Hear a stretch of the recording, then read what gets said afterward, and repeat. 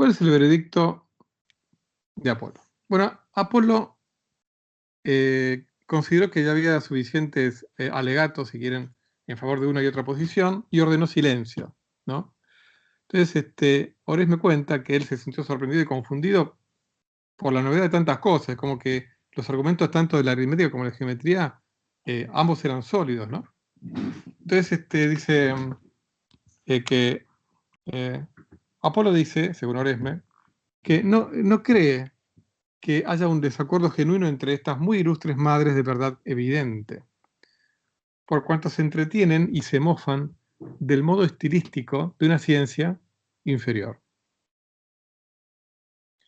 Entonces dice que Apolo que pronto va a anunciar el veredicto, a ver quién tiene razón, ¿no? Entonces dice Oresme, con el deseo más ardiente esperé yo su determinación, pero ay, el sueño se desvanece.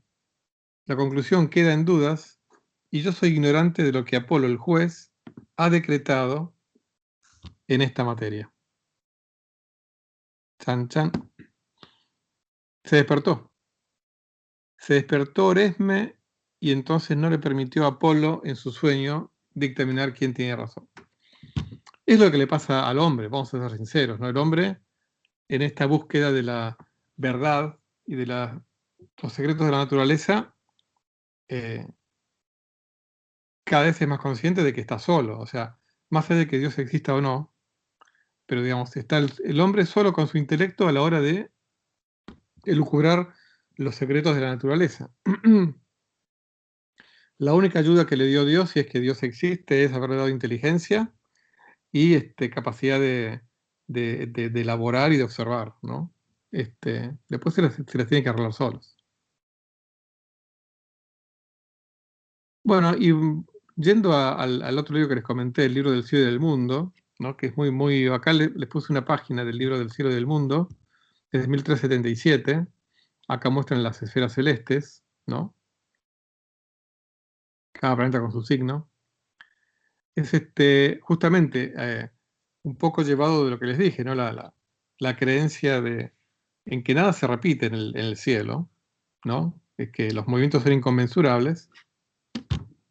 Dice Oresme, dado que los cuerpos de nuestro mundo están gobernados por cuerpos celestes y por sus movimientos naturales, como dijo Aristóteles en su primer libro de Meteoros, se sigue por lo tanto que los cuerpos terrestres son continuos a nuevos y diferentes arreglos, tales que no existieron nunca previamente, y que las cuestiones humanas, excepto aquellas que dependen de la voluntad humana, en oposición a la inclinación natural, son continuamente diferentes y tales como nunca fueron de ninguna manera antes. Acá fíjense una cosa, ¿no? Igual es como que Oresme sigue pensando que hay un ida y vuelta entre el mundo terrestre y el mundo supraterrestre. Entonces, como sigue habiendo un ida y vuelta, si el mundo supralunar no es cíclico, tampoco lo es el mundo sublunar. Si la posición de los cielos nunca se repiten, tampoco se repite ninguna situación en nuestro planeta. ¿eh? Así como el cambio, dice, sigue, ¿no? Así como el cambio no puede existir a menos que sea para mejor o para peor, aunque ambos mejor y peor son a veces para lo mejor, acá está la visión, ¿no? De que a veces detrás de una crisis hay una oportunidad, podría decir, ¿no? Y así como el canto coral por voces excelentes no es tan bueno si las voces siempre cantan en armonía absoluta, ¿no? Acá es como que Oresme repite lo que había dicho la geometría, ¿no? De la misma manera, las cosas aquí abajo están a veces en mejor estado que otras veces, dependiendo de las variaciones en la música imperceptible de las esferas. Dicho sea de paso, fíjense cómo está muy presente la música, ¿no? En este análisis de los cielos y de los ciclos y de los tiempos buenos y de los tiempos malos, ¿no? Está la música ahí dando vueltas siempre. De acuerdo a ello, a veces tenemos paz, a veces guerra, como las escrituras dicen, un tiempo para la guerra y un tiempo para la paz. Una vez esterilidad, en otro tiempo fertilidad, y así con todos los demás cambios. O sea que el cambio es permanente. ¿eh? Y los momentos de crisis y de desarrollo siempre van a venir, nunca se van a repetir las cosas. Esta es la visión que tiene Oresme. Es muy interesante. Por eso es que realmente le estamos dedicando un ratito a Oresme porque realmente... entonces, ya estamos parados, ¿no?, en la segunda mitad del siglo XIV, ¿no? Y trayendo un poco algunas de las ideas que comentamos en las primeras clases, ¿no? Podríamos incluso hablar de una especie de programa de investigación, ¿no?, medieval, ¿no? O si quieren, al menos concentrado en Oxford y en parte en París. Porque empiezan a surgir estas ideas de cuantificar las cosas. Toda esta tradición neoplatónica en Oxford, donde las matemáticas tienen un rol importante, se empieza tímidamente a decir, habría que empezar a cuantificar las cosas en la filosofía natural. Se empieza a hablar de la latitud de las formas, donde forma designa cualquier cantidad o cualquier característica de la naturaleza, ¿no?, que sea variable, obviamente, cualquier cosa que pueda variar. Latitud se refiere a la magnitud. Latitud y magnitud serían sinónimos. Y se habla en esa época, ese es el lenguaje de esa época, ¿no?, de la intensidad como el valor numérico, que puede ser la velocidad, ¿no? Y la extensión, la palabra extensión no se usa como hoy en día nosotros usamos la palabra extensión, sino como algo que también se puede cuantificar, pero es lo que hoy llamaría la variable independiente. Si quieren, es la variable que yo no estudio o la variable que yo considero que no es afectada por el fenómeno que estoy estudiando, ¿no? Por eso la considero como variable independiente. Entonces, pero en esta época Oresme elige como variable independiente la distancia recorrida. Después va a ser el tiempo transcurrido también, pero, digamos, se empieza a hablar de eso, ¿no? Entonces, el cambio uniforme es, digamos, cuando, hoy en día el uniforme es cuando un móvil recorre distancias iguales en tiempos iguales, ¿no? Había una palabra que es la idea de uniformemente disforme, que es lo que llamaríamos uniformemente acelerado, ¿no? Pero lo uniforme tiene que ver con que cuando la variable que yo estoy estudiando, ¿no?, cuya latitud estoy estudiando, varía de la misma manera en que varía, ¿no?, la extensión a lo que llamamos extensión o forma invariable, ¿no? Entonces ahí digo, bueno, que la variable, la cualidad o la latitud cambia uniformemente. Es un poco el lenguaje de esa época. Y acá entonces, ven acá, este es un típico gráfico de Oresme, ¿ven? No digo que este sea original de Oresme, pero digamos, barras en función de, ¿ok?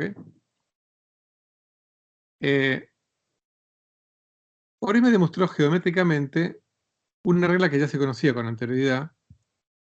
Lo demostró en su obra De Configurationibus Intentionum, que podría ser algo así como de la configuración de las intenciones o de las intensidades.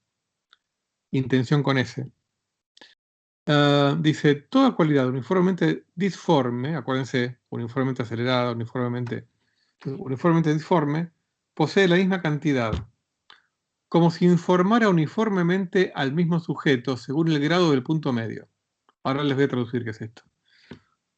Según el grado del punto medio, entiendo, si la cualidad es lineal, para la cualidad de una superficie sería preciso decir según el grado de la línea media. Bueno, ¿qué quiere decir esto? Yo se los traduzco. Esto es lo que uno llamaría movimiento uniformemente acelerado o uniformemente disforme, donde la variable, digamos, que yo estoy analizando, que puede ser la velocidad o lo que sea, crece uniformemente, o sea, fíjense, para un dado incremento de la variable independiente, que para Oresme era el espacio recorrido, pero para Newton va a ser el tiempo transcurrido. Digamos, fíjense que lo que aumenta la velocidad en este caso es la misma cantidad. O sea, cuando transcurre una cierta cantidad de espacio recorrido, la velocidad aumenta este cachito. Cuando recorre este espacio, este cachito, que es el mismo que el que aumenta aquí. O sea, para la misma cantidad de espacio recorrido, la velocidad aumenta siempre la misma cantidad. Chic, chic, chic. Entonces, esto es la cualidad uniformemente disforme. Ahora, ¿cuánto aumenta, ¿no?, esta cualidad entre acá y acá? Bueno, aumenta esta cantidad, ¿no? Ahora, digamos, el lenguaje moderno, no, lo que acá Oresme llama la cantidad, es esto que está acá adentro, esta superficie que está acá. Esta es la cantidad total. Fíjense que en el lenguaje moderno, si esto fuera velocidad en función del tiempo, ¿no?,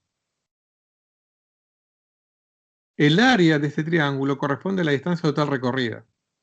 ¿Eh? Es la distancia total recorrida. ¿Por qué? Y porque, digamos, si esta es la velocidad multiplicada por el tiempo, velocidad por tiempo me da distancia recorrida. Obviamente aquí tengo, si hago esto por esto, me va a dar todo este rectángulo, que no es lo mismo que este triángulo. Pero la idea del cálculo diferencial moderno es que cuando yo hago tender a cero la longitud de cada uno de estos rectángulos, el error que cometo cada vez tiende a cero. Entonces, básicamente, velocidad por tiempo, o sea, lo que en el lenguaje moderno es la integral de la función velocidad en función del tiempo, la integral de esta función, desde aquí hasta aquí, me da el área de este triángulo. El área de este triángulo es la distancia total recorrida. ¿Eh? Pero esto Oresme ya lo tenía claro, aunque para él no era la distancia total recorrida, sino que era esa cualidad, la cantidad total, ¿no? Fíjense, si yo a esta área le resto esto, pero esto mismo, pero se lo sumo, este triángulo es igual a este, o sea, este triángulo tiene la misma área que este. O sea que este rectángulo tiene la misma área que este triángulo. Tiene la misma área, porque a este triángulo le resto esto y se lo pongo acá, y entonces, ¿se dan cuenta? Ahora, este área que está acá, de este rectángulo, la obtengo de este lado por este lado. O sea, ¿y qué es este lado que está acá? Es la velocidad media. Es la mitad de la velocidad máxima, que es la velocidad media en el caso de un movimiento uniformemente acelerado. Repito, en este caso, el error de Oresme era que acá ponía espacio en lugar de tiempo transcurrido, pero dejando de lado ese error, que es perfectamente aceptable porque estamos hablando de alguien que de la nada hizo algo, que es graficar algo, ¿no? Lo que está diciendo Oresme acá es que, salvando este error, que acá tendría que haber puesto tiempo en lugar de espacio, la distancia total recorrida de un móvil que se mueve con un movimiento uniformemente acelerado es igual a la distancia que hubiera recorrido si se hubiera movido con velocidad constante todo el tiempo, o sea, no acelerado, sino constante, velocidad constante. ¿Con qué velocidad? Con la velocidad media que tuvo en este movimiento acelerado, que es la mitad de acá. O sea, velocidad media por tiempo me da todo este rectángulo, cuya superficie es la misma que este triángulo está acá. Eso es lo que demostró Oresme. Fíjense, lo demostró 300 años antes de que Newton, demostrara desarrollaba el cálculo diferencial e integral. Esto mismo lo va a volver a demostrar Galileo con el mismo argumento geométrico. O sea, Galileo lo va a volver a demostrar. Pero el que primero lo demostró, aplicado al movimiento, es Oresme. Digamos, la regla que digo que es conocida es la regla que dice que este rectángulo tiene la misma superficie que este triángulo. ¿Ok? Entonces realmente es muy destacable esta construcción de Oresme. Es otra gran contribución y anticipación a la revolución científica del siglo XVII, el graficar, hacer gráficos y el concebir movimientos uniformemente acelerados. Muy bien, hasta acá con Oresme. Podríamos hablar mucho más de Oresme, pero bueno, hasta acá cortamos con Oresme. Siguiente, como es labor importante, lo mencionamos, no porque sea tan relevante, ¿no?, en la historia de la ciencia. Nicolás de Cusa nació en Alemania, falleció en Italia, en la zona de Umbría. Acá puse una pintura contemporánea de Nicolás de Cusa, del siglo XV, esta pintura.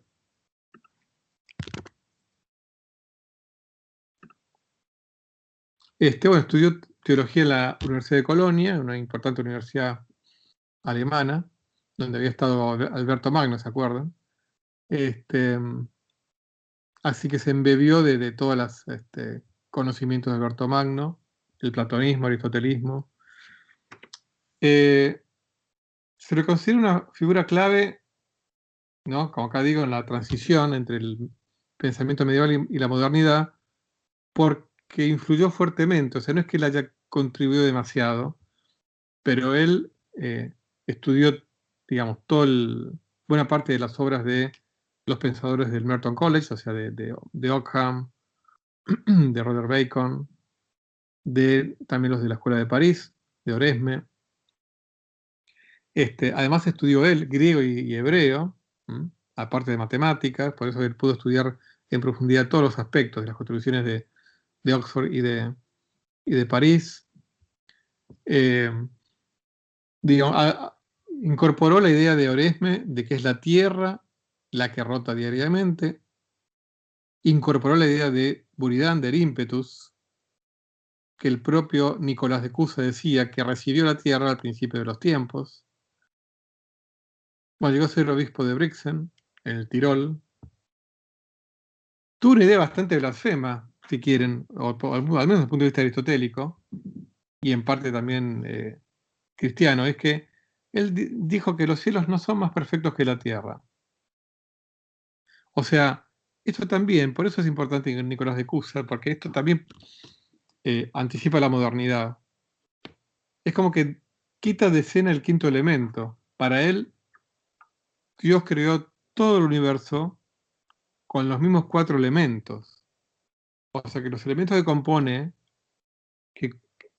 tanto a la Tierra, a la Luna, a los planetas, son los mismos elementos de los que se compone la Tierra. Esto es un salto conceptual muy importante. Muy importante. Bueno, Oresme un poco estuvo bastante cercano a decir eso también. Incluso a partir digamos, de la narración bíblica, ¿no?, de que Dios creó al hombre a su imagen y semejanza, extendido al mundo. Si el mundo también es una especie de imagen de Dios, no puede ser finito, decía Nicolás de Cuso. Por lo tanto, si no es finito, tiene que haber otros mundos. Y llegó a decir que probablemente están habitados por criaturas semejantes a las de la Tierra. A Nicolás no le pasó nada. Aparte, en esa época todavía la Inquisición no estaba desarrollada. Pero lamentablemente va a haber un seguidor de las ideas de Nicolás de Cusa, Giordano Bruno, que va a vivir 100 y pico de años después, y que le va a costar la vida, ¿no? Y otra idea muy importante de Nicolás de Cusa es decir que el antropocentrismo es algo relativo. Él dice, cualquier ser que viva en donde sea que viva va a pensar que su posición es el centro del universo y que todas las demás cosas están en movimiento. Es un efecto de la percepción relativa que cada uno tiene de sí mismo, que se siente quieto. O sea, fíjense cuántos elementos modernos. Obviamente este pensamiento de Nicolás en realidad es heredero de todo lo que vimos antes, de Oresme, de Ockham, de Buridan, de Roger Bacon, ¿ok?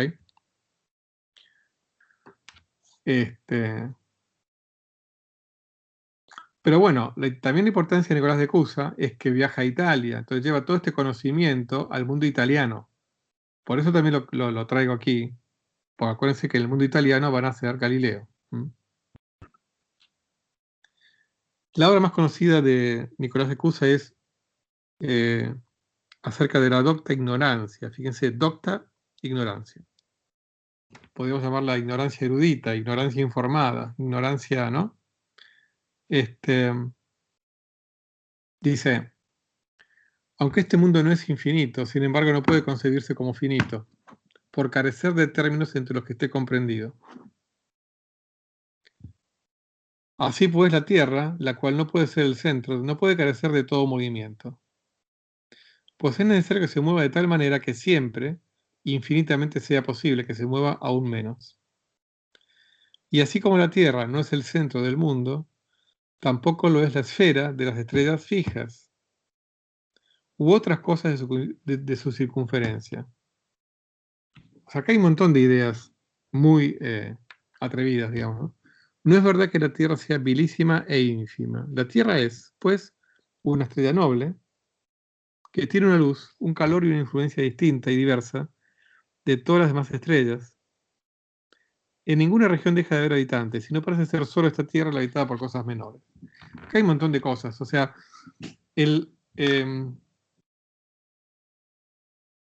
dice que la Tierra se mueve, dice que la Tierra no es el centro, pero también dice que no porque no sea el centro significa que sea vilísima o que sea ínfima. Porque lo que está diciendo es que tampoco las estrellas son el centro. En el fondo lo que está diciendo es que no hay un centro. O sea, revolucionario. Bueno, si quieren un poco vuelve a las doctrinas atomistas, epicúreas. ¿No? No hay un centro. No, digamos, no hay un centro. La Tierra no es el centro, pero no hay un centro. O sea, esto realmente es muy revolucionario. Lamentablemente en la Iglesia Católica va a haber un retroceso, se va a volver al geocentrismo más, bueno, nunca se ha todo, ¿no? El geocentrismo, pero esta época de libre pensamiento del siglo XIV y XV, lamentablemente, después con la Inquisición y la Contrarreforma, lamentablemente va a haber un enorme retroceso. Pero realmente este fragmento reúne un montón de cosas muy notables, ¿no? Otra obra también con un título bastante, ¿no? Deprimente, es Idiota de Mente. Hasta uno podría decir que se anticipó un poco a Kant cuando dice que hay una limitación entre lo que podríamos llamar diálogo entre la mente y la materia, como que hay una limitación en cuánto podemos conocer nosotros con nuestra mente lo que en términos kantianos llamaríamos la cosa en sí misma, ¿no? Las propiedades intrínsecas de la materia, ¿no? Entonces, en ese sentido, en Idiota de Mente escribe, y la mente no se sacia todavía, porque no intuye la verdad precisa de todo, sino que intuye la verdad en una cierta necesidad determinada que posee cada cosa, en cuanto que una es de un modo y otra de otro, y cada una está compuesta de sus partes. Eh, de alguna manera podemos pensar que a lo sumo el hombre puede acceder a conocer parte de la estructura de la materia externa, ¿no? Y la mente ve que este modo de ver no es la verdad misma, sino una participación de la verdad. De modo que una cosa es verdadera de un modo y otra de otro.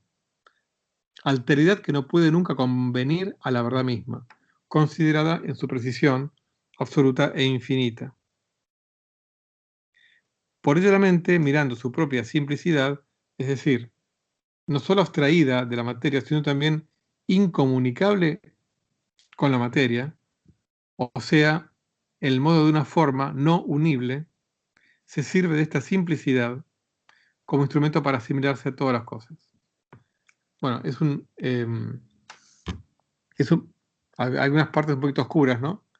Eh, de alguna manera hay un problema de comunicación entre la materia y la mente, la mente no se puede unir a la materia, con lo que eso quiera decir. Y por lo tanto, lo que ocurre aquí es una especie de, quizá, aco adaptación, acomodamiento a aquello que hay de común entre la mente y la materia. Quizá uno podría agregar qué cosas estructuralmente en común tienen la mente y la materia, ¿m? Por eso digo que esto se anticipa mucho a estas ideas kantianas de decir, bueno, uno puede conocer, lo que uno conoce tiene que ver con la estructura mental de la propia, de cada uno de nosotros, ¿no? Así bueno, es interesante esta idea de Nicolás de Cusa. Entonces ya vamos terminando de a poquito con esta unidad. Esta es la última transparencia. Llegamos al siglo XV, ¿no? Fíjense, como les dije, bueno, eh, los partidarios de la teoría del ímpetus, en general franciscanos, van a tener la mente muy abierta, van a incorporar neoplatónicamente esta idea de aplicar la matemática a la naturaleza, aunque todavía de una manera muy limitada, ¿no? Pero estos pensadores o estos librepensadores del mundo cristiano van a ser una minoría. O sea, por ahí salvo en el Merton College, donde realmente eran muy importantes, pero en el mundo, digamos, por ejemplo, la otra gran universidad, la de París, van a predominar más los dominicos más que los franciscanos. Y la teoría de ímpetus va a tener, va a pertenecer a una minoría, ¿no?, del mundo intelectual, este, tanto en París como en Italia y demás. Ahora pasa una cosa en el siglo XV, y es que en 1404 la Universidad de Padua fue adquirida por la República de Venecia, que, por motivos complejos que no vienen al caso, digamos, era un estado anticlerical. En realidad era más que nada antipapal, no es que no hubiera clérigos, pero antipapal. Este, con lo cual, la Universidad de Padua se transforma en un centro donde las ideas de Buridan, de Oresme, cobran muchos adeptos. ¿M? Es muy importante eso.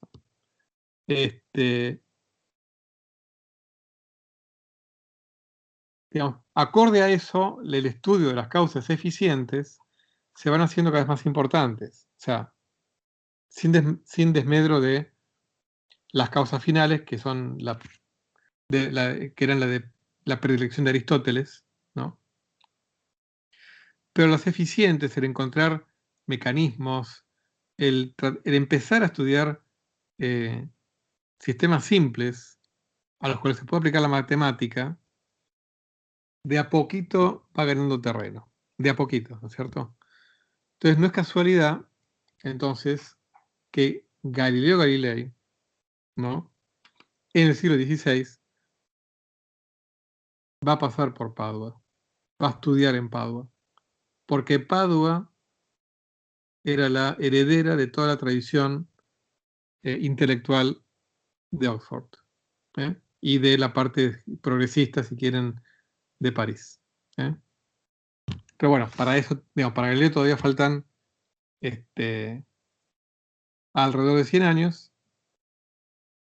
Entonces, bueno, con esto terminamos con la unidad número 4.